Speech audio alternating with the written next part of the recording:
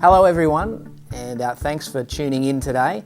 Enrolling at EIP is a pretty important process that you'll do on behalf of your student. To make sure that you get this process right, we've broken it up into some easy steps that you can follow to ensure efficiency and all the right things get done in the right order. So, step number one, very simple, submitting that application form. Now of course there are a couple of important points that go with the application form. First of all, it needs to be filled out 100%, so that's no blanks. Some of the more important details you need to include are of course a copy of the passport, any options in terms of payment plans, and please make sure you indicate which immigration office you'll be applying for the visa through. Step number two, well, that comes from EIP. Once we've received your application form, we're going to generate and send to you a letter of offer. Now the letter of offer, or LOU, contains all the information about your student's courses, including start and finish dates, as well as all the financial information. Please ensure that you include all of the GTE documentation. Next up guys, once you've received the letter of offer, it's really important that both you and your student check the details. Make sure every single thing is accurate so there are no problems down the line. After that, things get a little more complicated.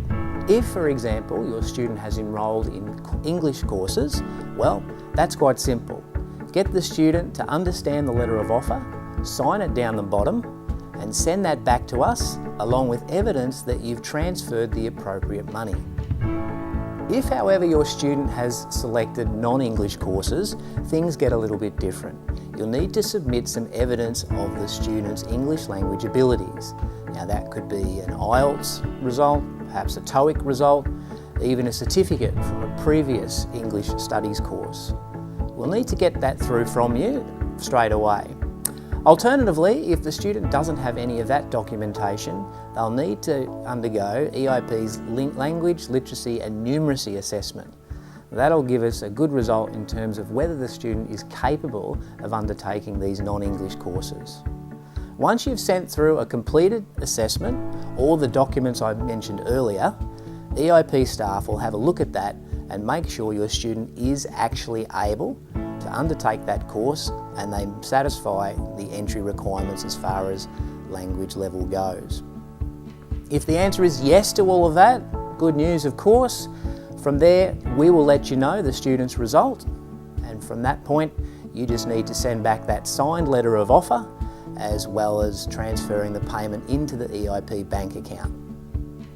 The next step in the process is all up to EIP.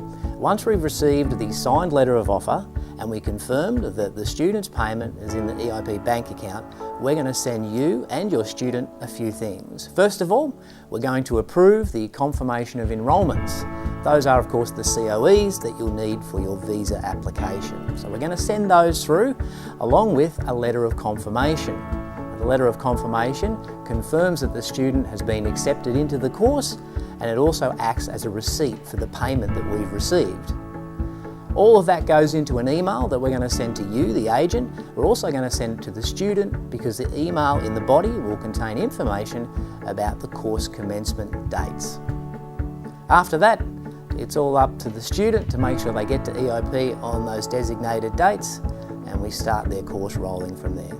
So thanks for listening everybody. Remember, if you've got any questions along the enrolment process, don't hesitate to contact EIP's administration team. In the meantime, we look forward to seeing you at EIP soon.